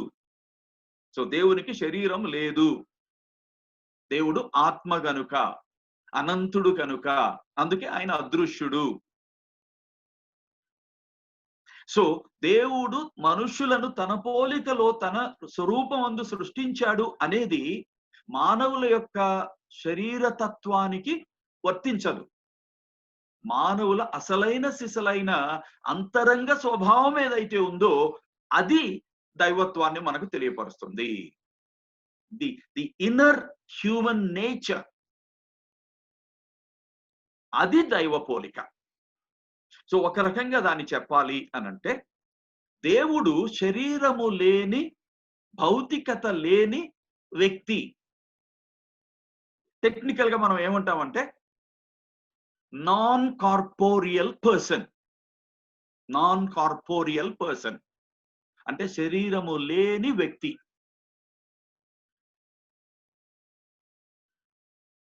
తర్వాత ఇప్పుడు ఇది మనం అర్థం చేసుకోవాలనుకుంటే, హ్యూమన్స్ ఇదిలో highest level of competitive exams అవి వచ్చినప్పుడు పర్సనాలిటీ టెస్ట్ అని పెడతారు. సో పర్సనాలిటీ టెస్ట్ లో ఏమి టెస్ట్ చేస్తారు? It hardly has anything to do with the body. ఒకవేళ if it has to do with the body, height and weight and other measurements తీసుకొని personality test అయిపోయింది, వెళ్ళొచ్చు అని అంటారు. బట్ అది చేయరు. పర్సనాలిటీ టెస్ట్ లో వాళ్ళ ఇన్నర్ బీయింగ్ ని, వాళ్ళ రేషనాలిటీని, వాళ్ళ అండర్స్టాండింగ్ ని, వాళ్ళ ప్రాబ్లమ్ సాల్వింగ్ కెపాసిటీని, వాళ్ళ ఇంటెలెక్చువల్ కెపాసిటీని, కాన్ఫ్లిక్ట్ రిజల్యూషన్ కెపాసిటీని, లేకపోతే ఒక ప్రాబ్లమ్ ని అండర్స్టాండ్ చేసుకుని ఒక సొల్యూషన్ ని ఆఫర్ చేసే క్వాలిటీ, అవి టెస్ట్ చేస్తారు. So the divine image in us is related to our personality. మన వ్యక్తిత్వానికి సంబంధించింది. దేవుడు వ్యక్తి గనుక, దేవుడు పర్సన్ గనుక మనల్ని పర్సన్స్ గా సృష్టించాడు. అది మానవ జాతికే ఉంది, జంతు ప్రపంచంలో ఎక్కడా లేదు. సో దాన్ని బైబిల్ మొత్తం మనం కూలంకషంగా పరిశీలించి చూస్తే కొన్ని విధాలుగా అది వివరించబడింది. ఒకటి స్పిరిచువాలిటీ అంటే ఆధ్యాత్మికత. దేవుడు ఆత్మ గనుక మనల్ని ఆత్మతో, ఆత్మ కలిగిన, శరీరంతో పాటు ఆత్మ కలిగిన ఆధ్యాత్మిక వ్యక్తులనుగా చేశాడు. So spirituality is number 1 image, aspect of the image of God. So దేవుని పోలికలో, దేవుని స్వరూపములో అగ్రశ్రేణిలో ఉన్నటువంటి ఆ స్వరూపం, ఆ లక్షణం, ఆ పోలిక ఏంటంటే దేవుడు ఆత్మ, మనలో కూడా ఆత్మ ఉన్నది. దేవుడు స్పిరిచువల్, మనం కూడా స్పిరిచువల్ బీయింగ్స్ గా చేశారు. So spirituality is number 1. Number 2, దేవుడు సహేతుకంగా ఆలోచించేవాడు. దేవుడు రేషనల్ బీయింగ్, దేవుడు లాజికల్ బీయింగ్. అందుకని యేసు ప్రభువుకి పెట్టిన పేరేంటి నూతన నిబంధనలో? The logos, the logic of God. Logos నుంచే మాట వచ్చింది, తర్వాత లాగాస్ నుంచే లాజిక్ అనే మాట కూడా వచ్చింది గ్రీక్ లో. So God is reasonable, God is reason with capital R. రేషనాలిటీకి ఆయనే ఆధారభూతుడు. ఆయనలో ఉన్న రేషనాలిటీని మనలో పెట్టి సృష్టించాడు. అందుకే మనం రేషనల్ గా, సహేతుకంగా ఆలోచించే సత్తా కలిగి ఉన్నాం. So rationality is number 2. ఇది జంతువుల్లో ఎక్కడా లేదు. మ్యాథమెటికల్ థింకింగ్ లేదు, అనలిటికల్ థింకింగ్ లేదు, తర్వాత లింగ్విస్టిక్ ఎక్స్ప్రెషన్ లేదు. ఎందుకంటే లాంగ్వేజ్, లాజిక్ రెండు అసలు విడదీయటానికి వీల్లేదు. ఏ లాంగ్వేజ్ అయినా తీసుకోండి, లాజిక్ ని బేస్ చేసుకొని ఉంటది. ఉదాహరణకి ఒక పదం వాడితే ఆ పదానికి అర్థం ఇది, దాన్ని లా ఆఫ్ ఐడెంటిటీ అంటారు లాజిక్ లో. తర్కశాస్త్రంలో దాన్ని లా ఆఫ్ ఐడెంటిటీ, నాకు తెలుగు కాయిన్ చేశాం కానీ నాకు సడన్ గా గుర్తు రావడం లేదు. But when I remember, I'll tell you. Law of identity అంటే ఏంటంటే, an entity is identical to itself. A word is identical to its meaning. A car is a car, a door is a door, a man is a man, a woman is a woman. ఈ logic మనం follow అవ్వకపోతే, man అంటే నా ఉద్దేశంలో పురుషుడండి, మీ ఉద్దేశంలో స్త్రీ అంటే ఎలా ఉంటుంది? నా ఉద్దేశంలో కార్ అంటే కారు, కానీ మీ ఉద్దేశంలో, మీ భాషలో కార్ అంటే డోర్. కమ్యూనికేషన్ బ్రేక్ అయిపోద్ది. సో అట్లా all humans are created by God as rational beings. అందుకనే మానవులందరూ భాష మాట్లాడతారు. కెపాసిటీ ఉంటుంది. కొన్నిసార్లు కొన్ని ఫిజికల్ లిమిటేషన్స్ ను బట్టి మాట్లాడలేకపోవచ్చు, కానీ ఆ inner capacity, higher level capacity మాత్రం మనుషులందరిలో ఉంది. So rationality. తరువాత 3 క్రియేటివిటీ, సృజనాత్మకత. ఇప్పుడు రేషనాలిటీ గురించి మనకి ఏం డౌట్ ఉండాల్సిన అవసరం లేదు. ఎందుకని యెషయా గ్రంథం మనం చూస్తే ఏముంటది? రండి మనం వివాదము తేల్చుకుందాం. Come let us reason together. ఆయన రేషనల్ కాబట్టి, వీళ్ళకి రేషనల్ సత్తా కెపాసిటీ ఇచ్చారు కాబట్టి రండి రీజనింగ్ చేద్దాం అని పిలవగలిగాడు. లేకపోతే ఎట్లా పిలుస్తాడు? అలాగే క్రొత్త నిబంధనలో ఇదేమో ఇప్పుడు చెప్పింది యెషయా 1:18. క్రొత్త నిబంధనలో 1 పేతురు పత్రిక 3వ అధ్యాయం 15వ వచనంలో ఉంది, మీలో ఉన్న నిరీక్షణకు హేతు అడుగు ప్రతివానికిని సమాధానము, అంటే సహేతుకమైన సాక్ష్యాధారములతో రుజువులతో కూడిన సమాధానం. కోర్టులో లాయర్ చెప్పినట్లుగా మీరు చెప్పడానికి సిద్ధంగా ఉండండి అని ఆజ్ఞాపించాడు. సో హేతు అడిగితే హేతుబద్ధమైన ఆన్సర్ ఇవ్వమంటున్నాడు. ఎందుకని? వాళ్ళు హేతుబద్ధంగా ఆలోచించేవాళ్ళు, మనం హేతుబద్ధంగా ఆలోచించేవాళ్ళం, మనం నమ్మే సువార్త హేతుబద్ధమైనది. కాబట్టి వాళ్ళు హేతు అడిగితే మీరు హేతు చెప్పడానికి సిద్ధంగా ఉండండి అని ఆజ్ఞాపించాడు. So Bible makes it very clear. So that is one of the aspects of the divine image in us. దైవ పోలికలో, దేవుని స్వరూపములో ఇది ఒక ఆస్పెక్ట్. సో మొదట ఏం చెప్పామండి? స్పిరిచువాలిటీ. 2 రేషనాలిటీ. 3 క్రియేటివిటీ, సృజనాత్మకత. దేవుడు ఎన్ని రకాలు చేశాడు చూడండి. ఫ్రూట్స్ ఎన్ని రకాలు, వాటి టెక్స్చర్స్ వేరుగా ఉంటాయి, వాటి కలర్స్ వేరుగా ఉంటాయి, వాటి ఫ్లేవర్స్ వేరుగా ఉంటాయి. బట్ బేసికలీ సేమ్ మెటీరియల్ మాత్రం సేమ్ ఉంటుంది. ఫ్లవర్స్ ఎన్ని రకాలు ఉంటాయి, ఎన్ని టెక్స్చర్స్ ఉంటాయి, ఎన్ని షేప్స్ ఉంటాయి, ఎన్ని కలర్ కాంబినేషన్స్ ఉంటాయి, ఎన్ని స్మెల్స్ ఉంటాయి. But they are all basically flowers. అలాగే హ్యూమన్స్ పర్సనాలిటీ టైప్స్, వెరైటీ ఉంటుంది. అట్లీస్ట్ బేసిక్ గా 4 పర్సనాలిటీ టైప్స్ గురించి మనం మాట్లాడతాం. వాటిలో మళ్ళీ సబ్ డివిజన్స్ ఉన్నాయి. 8 వరకు వెళ్తుంది అది. అదే మళ్ళీ కొంచెం మ్యాక్రో లెవెల్కి వెళ్తే ఏ టైప్, బి టైప్ పర్సనాలిటీ. అట్లా లేకుండా అందరం ఒకటే అయితే లైఫ్ బోరింగ్ గా ఉంటుంది.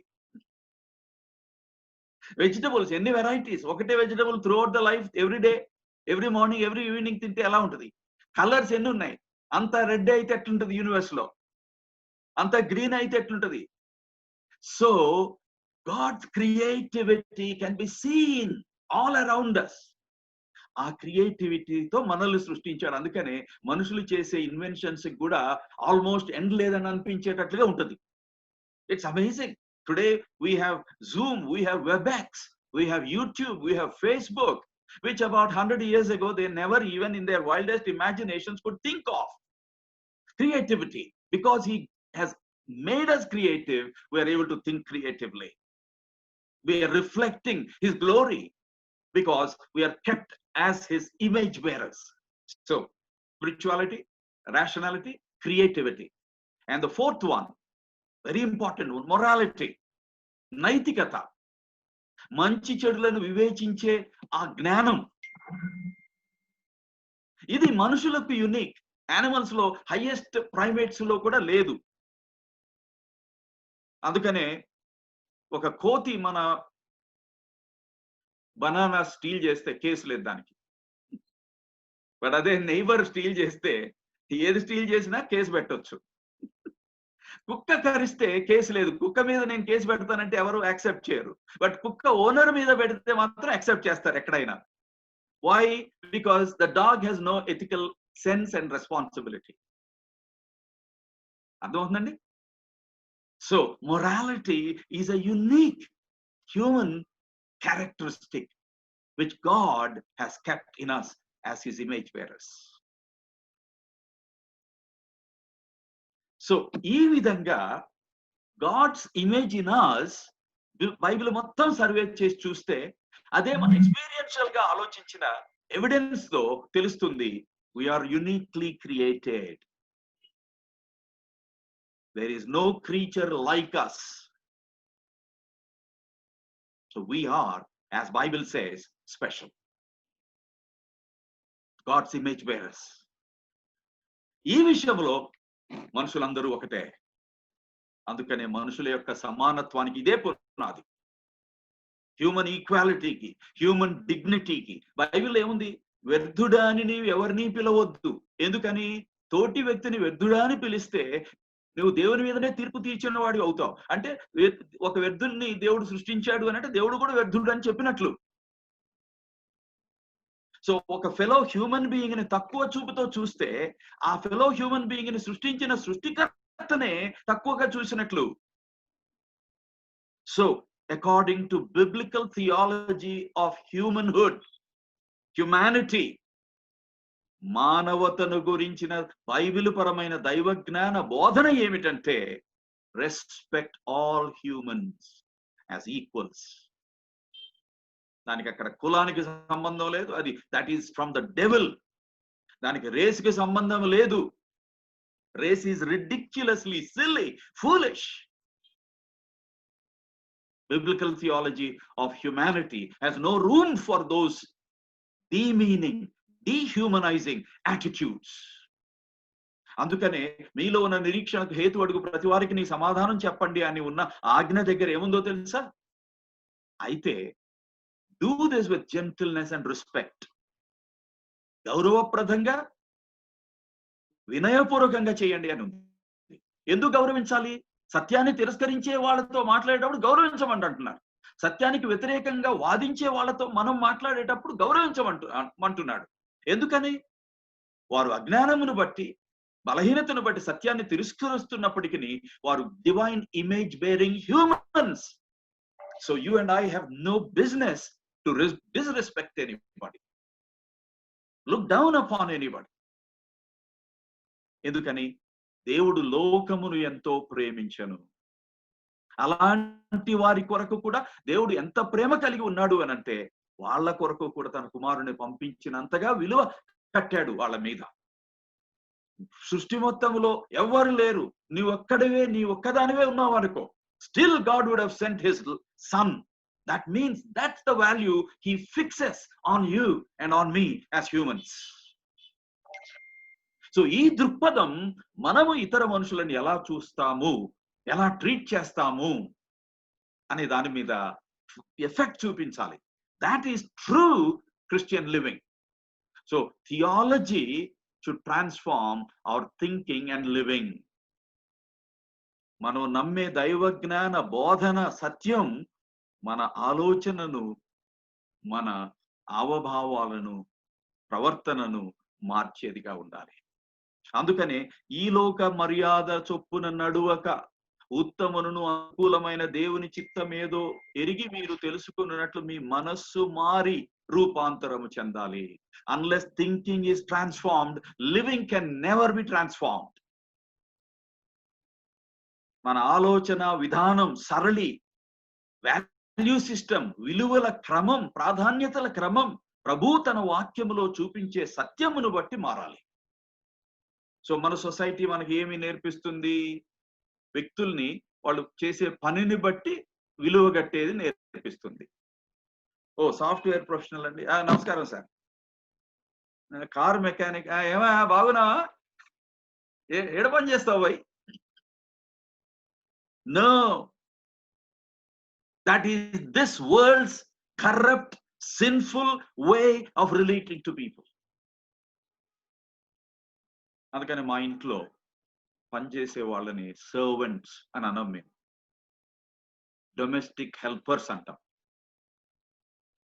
She is a person who is helping us in our domestic, context. So Christian way of thinking, relating to people. మా ఇంటికి వచ్చే సర్వెంట్ లేడీస్ అనబడే వాళ్ళను నేను అమ్మా లేకపోతే పేరు పెట్టి పిలుస్తాను. Because I want my Christianity to be seen, my Christian understanding to be reflected in the way I treat fellow human beings. Trash ని క్యారీ చేసే వాళ్ళని ట్రాష్ వాడు, చెత్తవాడు అని పిలుస్తారు మనోళ్ళు. చెత్తవాడు ఎట్లా అవుతాడండి? చెత్తను తీసుకెళ్లే మనిషి. నువ్వెట్లా మనిషి, ఆయన కూడా మనిషి. Our value does not depend on what we are wearing. మనకు విలువ మనం వేసుకునే బట్టల నుంచి రాదు, మనం వెళ్ళే హోటల్స్ నుంచి రాదు, మనం ఉండే ఇంటి నుంచి రాదు, మనకున్న బ్యాంక్ బ్యాలెన్స్ నుంచి రాదు, మన దేహ దారుఢ్యాన్ని బట్టి రాదు. వయసుతో అది కూడా పోద్ది అందరికి.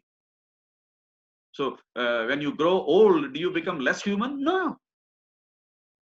When you are young, you are only 4 kilos or 3 kilos, whatever.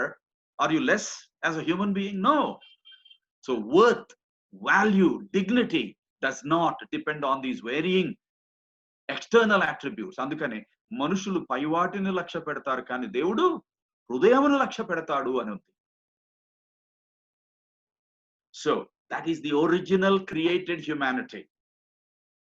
Glorious, God-like. అది మనం మర్చిపోకూడదు. అయితే పాపము వలన అది ఇప్పుడు శిథిలావస్థలో ఉంది. పాపము వలన ఆ డివైన్ ఇమేజ్ దెబ్బతింది. అయితే దేవుడు తన కుమారుడు క్రీస్తు ప్రభుని లోకములో పంపించుట ద్వారా ఆ ఎఫెక్ట్స్ ఆఫ్ సిన్ ని, ఆ ఫాల్ యొక్క ఎఫెక్ట్స్ ని రివర్స్ చేస్తాడు, మనల్ని రీక్రియేట్ చేస్తాడు. సో న్యాచురల్ హ్యూమన్ కండిషన్ ఇప్పుడు ఏమిటి అని అంటే, ఒరిజినల్ క్రియేటెడ్ గ్లోరియస్ హ్యూమానిటీ కొంచెం కొంచెం కనిపిస్తుంటది.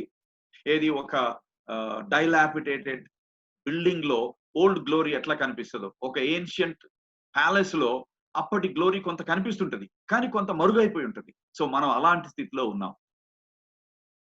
Building glorious architectural masterpiece, but now in ruins. అది కరెంట్ హ్యూమన్ కండిషన్. సో ఇప్పటి వరకు మనం మాట్లాడింది original glorious created humanity. Pre fall అంటే పతనము కాని ఆదాములో ఉన్న అసలు మానవత్వం. కానీ ఇప్పుడు మనలో మనం చూసుకునేది పతనము తరువాత మానవత్వం, పాపము ప్రవేశించిన తరువాత ఉన్న మానవత్వం. సో ఆ పాపం వల్ల ఏమైందంటే మనలో ఉన్న క్రియేటివిటీ దెబ్బతింది, నైతికత దెబ్బతింది. సహేతుకంగా ఆలోచించేది కాస్త హేతు విరుద్ధంగా, తప్పు విధంగా ఆలోచించి సత్యం కాక అసత్యాన్ని నమ్మే ఇలాంటి వాటన్నిటిలోనికి మనం పడిపోయాం. అందుకని మన ఇప్పుడున్న కండిషన్ గురించి బైబిల్ ఏం చెబుతుంది? ఏ భేదమును లేదు, అందరూ పాపము చేసి దేవుడు అనుగ్రహించు మహిమను పొందలేకపోతున్నారు. రోమా 3:23. అందరము కూడా ఆ పాపము వలన వచ్చిన దుష్ఫలితమైన మరణమునకు లోనై ఉన్నాం. The wages of sin is death.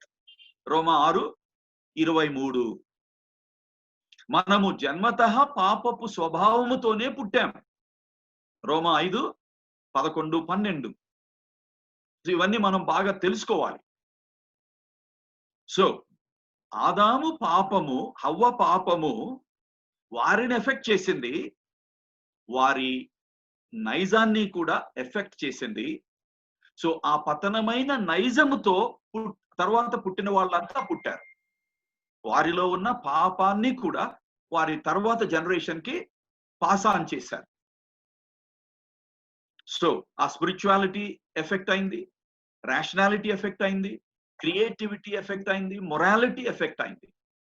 రిలేషనాలిటీ is the fifth one in the divine image. అంటే తండ్రి, కుమార, పరిశుద్ధాత్మలు నిత్యత్వములో సంబంధము కలిగి ఉన్నట్లుగా మానవులను సంబంధం కలిగి జీవించే వారిగా దేవుడు సృష్టించాడు.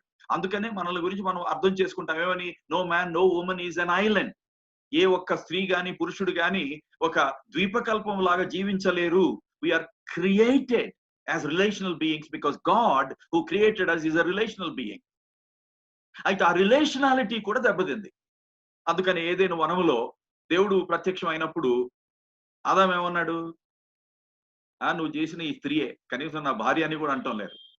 He was trying to throw the whole blame on God. So blame game started there. అందుకే మన ఇంట్లో కూడా బ్లేమ్ గేమ్ నడుస్తూ ఉంటది. ఏదన్నా పిల్లవాడు పొరపాటు చేస్తే భర్త భార్య బాధ్యత తీసుకోకుండా నువ్వే ఇట్లా చేసేవాడు. రెండో వాళ్ళు నేనెందుకు, నువ్వు అసలు finish. Blame game started in the Garden of Gethsemane and it's continuing to trouble humans. But ఆదాము దగ్గరికి వెళ్తే, అవ్వ దగ్గరికి వెళ్తే అవ్వ ఏమనుంది? నువ్వు చేసిన సర్పమే చేసింది. సో ఆదామును ఒక్కడనే నిందించడానికి లేదు బ్లేమ్ గేమ్ కోసం, అవ్వని కూడా బాధ్యత ఉంది. అయితే ఈ బ్లేమ్ గేమ్ ని బట్టి దేవుడు ఏమన్నాడు? సర్లే అవ్వ నువ్వు చెప్పేది కరెక్టే అన్నాడా? సర్లే ఆదాము నువ్వు చెప్పేది కరెక్టే అన్నాడా? లేదు. ఆదాము నువ్వు దానికి నువ్వు బాధ్యుడివి, అవ్వ నీ దానికి నువ్వు బాధ్యుడివి, సర్పమా నీ దానికి నువ్వు బాధ్యుడు. So he fixes the responsibility on all three of them. So even today it's the same. We are responsible for our decisions, our actions, our reactions. So ఆ డివైన్ ఇమేజ్ లో ఉన్న ఆ 5 ఆస్పెక్ట్స్ కూడా పాపం వలన ఎఫెక్ట్ అయిపోయాయి. అందుకని అనుమానం చోటు చేసుకుంది. సాతానుడు మొట్టమొదటి తీసుకొచ్చినటువంటి శోధన ఏంటి? ఎలా తీసుకొచ్చాడు? అనుమానించుట ద్వారా. నమ్మటానికి బదులు అనుమానం మానవ జీవితంలో ప్రవేశించింది. ఆ అనుమానమే పెనుభూతంగా పనిచేస్తుంది. So we need to depend on God. ఎందుకని? పాపం వల్ల వచ్చే జీతం మరణం. అయితే యేసుక్రీస్తునందు కృపావరముగా దేవుడు అనుగ్రహించేది నిత్య జీవం. So in this fallen condition, all humans are destined for eternity away from God. ఎందుకంటే దేవునితో సంబంధం తెగిపోయింది కాబట్టి, ఆ సంబంధం లేని స్థితిలో చనిపోతే సంబంధం లేని స్థితిలోనే కొనసాగుతాం నిత్యత్వంలో. దాన్ని హెల్ అంటారు. అదే ఈ లోకంలో మరలా స్వేచ్ఛను సద్వినియోగం చేసుకొని దేవుడిచ్చిన అవకాశాన్ని, క్రీస్తునందు రక్షణను స్వీకరిస్తే సంబంధం కలిగిన వారిగా మరణిస్తాం, సంబంధం కలిగిన వారిగా జీవిస్తాం. దాన్నే పరలోకం అంటాం. So human condition, human destiny, human nature, వీటన్నిటినీ కూడా ఆ ఫాలెన్ హ్యూమన్ కండిషన్ ద్వారా మనం ఇప్పుడు చూడగలుగుతున్నాం. అయితే దానికి సొల్యూషన్ దేవుడే చేశారు, క్రీస్తు యేసునందు. అందుకని బైబిల్ స్పష్టంగా తెలియజేస్తుంది, ఈ నామమందు తప్ప మరి ఏ నామమందును రక్షణ లేదు. ఎందుకంటే మన పాపానికి మనమే ప్రాయశ్చిత్తం చెల్లించుకోలేం కాబట్టి, మన పక్షమున క్రీస్తు మన స్థానములో మన కొరకు పాప ప్రక్షాళనార్థమైనటువంటి బలియాగం చేశాడు కాబట్టి, ఆయనలోనే జీవం ఉన్నదని పునరుద్ధానం ద్వారా రుజువు చేసుకున్నాడు కాబట్టి, ప్రయాసపడి భారం మోసుకొని పోతున్న సమస్తమైన వారలారా నా యొద్దకు రండి, నేను మీకు విశ్రాంతి ఇస్తాను. ఎందుకని నేనే మార్గం, సత్యం, జీవం. అలా చెప్పింది ఎవరూ లేరు. I am the resurrection and the life. నేను పునరుద్ధానమును జీవమునై ఉన్నాను. నా యందు విశ్వసించు వారు మరణించరు ఆధ్యాత్మికంగా. ఒకవేళ మరణించిన భౌతికంగా నేను వారిని తిరిగి లేవనెత్తుతాను, వారు నిత్యము నాతో ఉంటారు. Who could say that? Only the risen Lord could say that. Who has said it? Only the risen Lord Jesus could say it. So sin is the root cause of all our problems in the present condition, but the Son is the solution for all our problems. మరణము మన అంతిమ శత్రువుగా మారింది. సాతానుడు మరణ భయము చేత మనలను బంధించి ఉంచాడు. హెబ్రీ పత్రిక 2:14-15 వచనాలు. అయితే మనము రక్త మాంసములు కలవారం కాబట్టి, ఆ సాతానుడు ఉంచినటువంటి మరణ భయములో నుంచి మనల్ని విమోచించుటకు ఆయనను రక్త మాంసములు కలిగిన వాడిగా ఈ లోకములోనికి వచ్చెను. సో మరణమునకు మరణశిక్ష విధించి, మరణాన్నే సమాధిలో బంధించి, ఆయనలో జీవం ఉన్నదని, నిత్య జీవం ఉన్నదని రుజువు చేస్తూ, అద్వితీయుడిగా, అసమానుడిగా, మృత్యుంజయుడిగా తిరిగి లేచిన యేసులో జీవం ఉన్నది. ఆ జీవం మనకు అవసరం కాబట్టి ఆ జీవాధిపతి దగ్గరికి మనం వెళ్ళాలి. Only then our destiny can change, our condition in the present life can change. పాపము వలన ప్రభావితమైన ఆ దైవ స్వరూపంలో ఉన్న 5 ఆస్పెక్ట్స్ ఎలా డిగ్రేడెడ్ కండిషన్ లో, డైలాపిడేటెడ్ కండిషన్ లో, శిథిలమైన కండిషన్ లో ఉన్నాయో వాటిని రీకన్స్ట్రక్ట్ చేయడం ప్రభు ద్వారా సాధ్యం, ఇంకొక రకంగా సాధ్యం కాదు. సో ఈ లోకములో సమృద్ధి జీవం, రానున్న లోకములో నిత్య జీవాన్ని దేవుడు మన ప్రెసెంట్ కండిషన్ లో మనం చనిపోయి నిత్యము ఆయనకు ఎడబాటుకు గురై నరకానికి వెళ్ళకూడదని క్రీస్తు యేసునందు జీవాన్ని మనకు అనుగ్రహించాడు. సో అల్టిమేట్ గా హ్యూమన్స్ 2 రకాలట. ఇది చెప్పి నేను ముగిస్తాను, తర్వాత Q&A టైంకి మనం వెళ్ళొచ్చు. అల్టిమేట్ గా 2 రకాల మానవులు ఉంటారు అని జీకే చెస్టర్టన్ అనే ఒక ఇంగ్లీష్ స్కాలర్ చెప్పాడు. ఒక టైప్ ఎవరంటేనట,